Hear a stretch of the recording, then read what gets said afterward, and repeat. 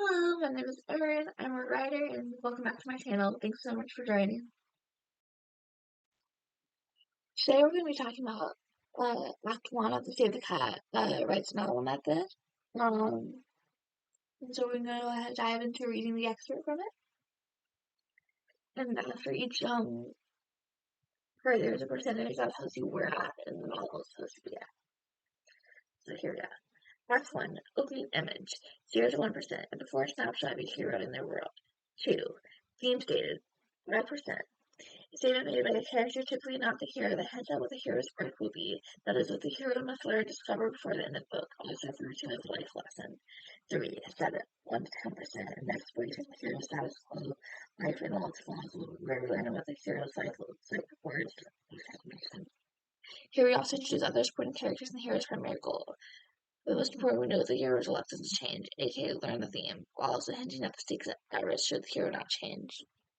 4. Catalyst, 10%. In the exciting incident or life-changing event that happens to the hero, which will catapult them into a new world or a new way of thinking, an action that should be big enough to prevent the hero from being able to return to the status quo setup world. 5. Debate, 10%, 20%.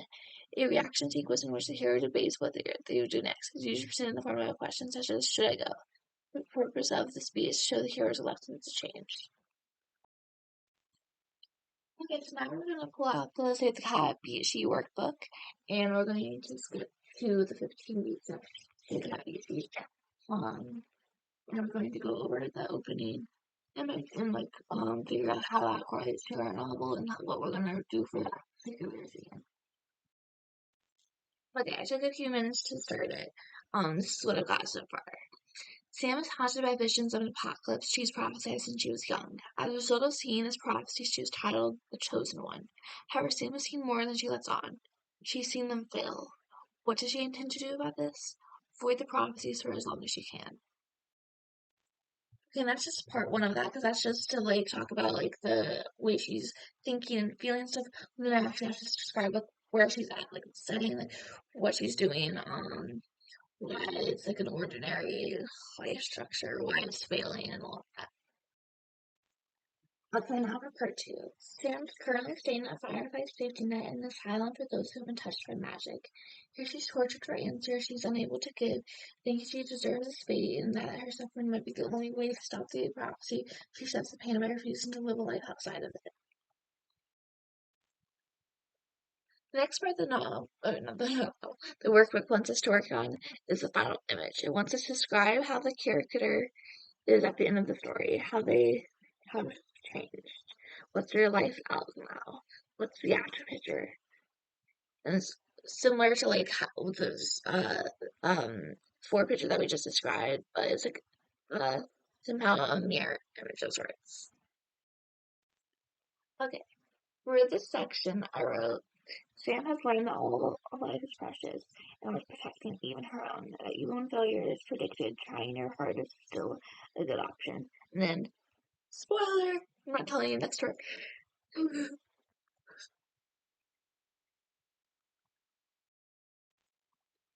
Now for the next part. Theme stated. Imagine that your hero's closest confidant calls your hero out on how their flaw is messing up their life, telling them if they just changed one thing, everything would be so much better. Why did they finally decide to call your hero out? Here's what I wrote. It's hard as a hero self-depreciating bullshit when so much is online. We're frustrated that the hero is stuck on revenge when they could focus on saving those who don't have the strength to save themselves. Okay, and the second part of that is, what did they say? Don't tell them words in the dialogue level. Okay, and after that section, so we're going to move on, so I'm not going to share any spoilers. Okay. The next 4 pages is setup. So we're going to go ahead and dive right into that.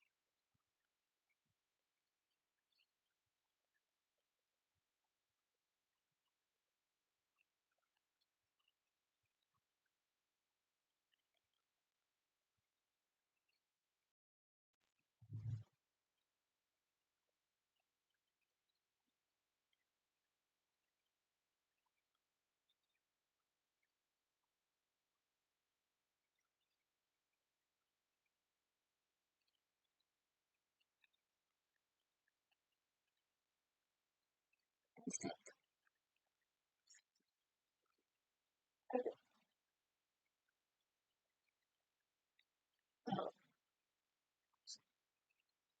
this question is sometimes the best way to introduce a new character in an order in life to show something they love or something they're good at. What's that thing? However, these characters' biggest flaw in the beginning of the book is that they're empathetic. Pretty much empathetic towards pretty much everything.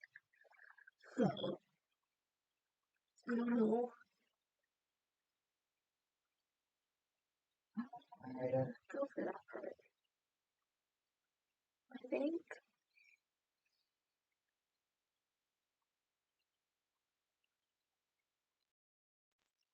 the sarcasm.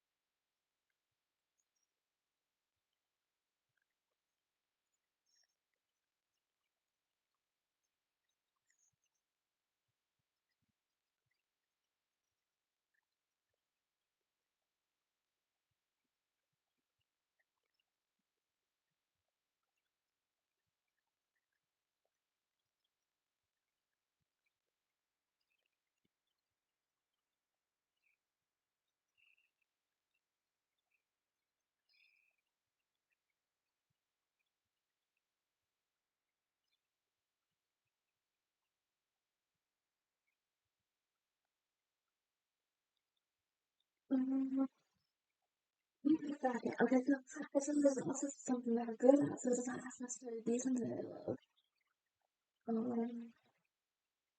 What is my character good at is the question. Um,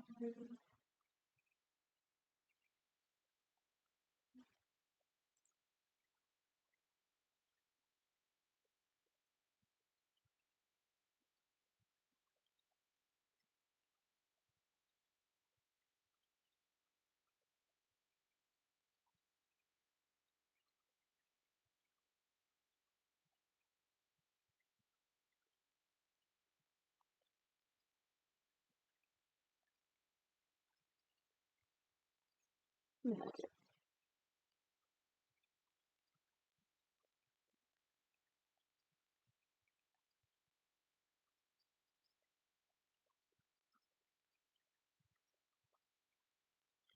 Mm-hmm. And the next part to that is imagine the scene where they were doing this thing but something went wrong. What would spoil it? Had it caused something to do with that pesky flaw that keeps screwing everything up? Okay. The answer to this might be obvious, but it's gonna be this has to do with Bill. No, she has to use a certain emotion for it, and it has to be wrong, and she's not going to be able to do it because she doesn't. She's been avoiding feeling things for years.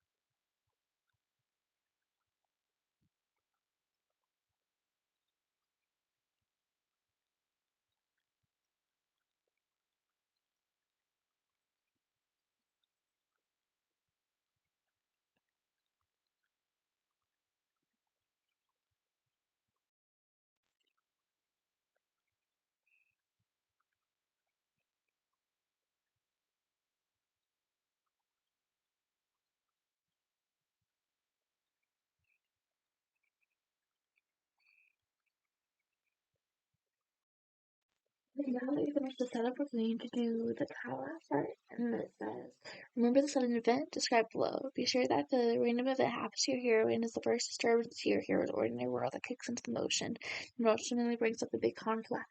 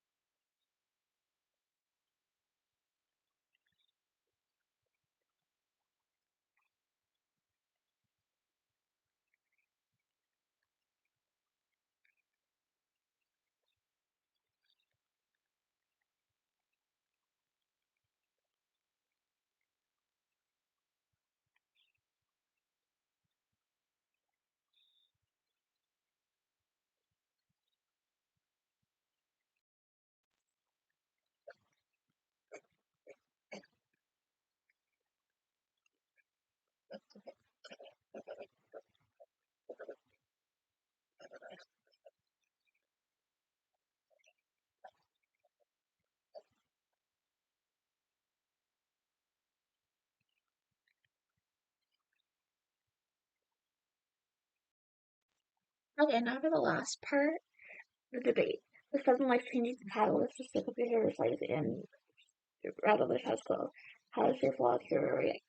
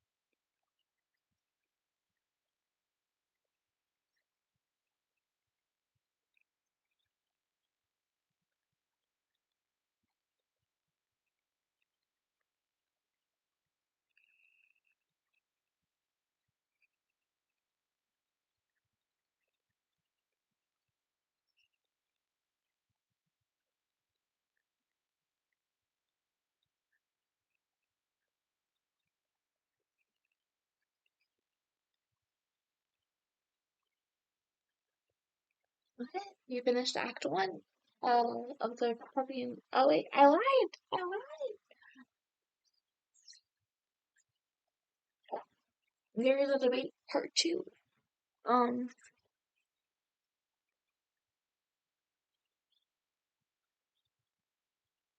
yeah.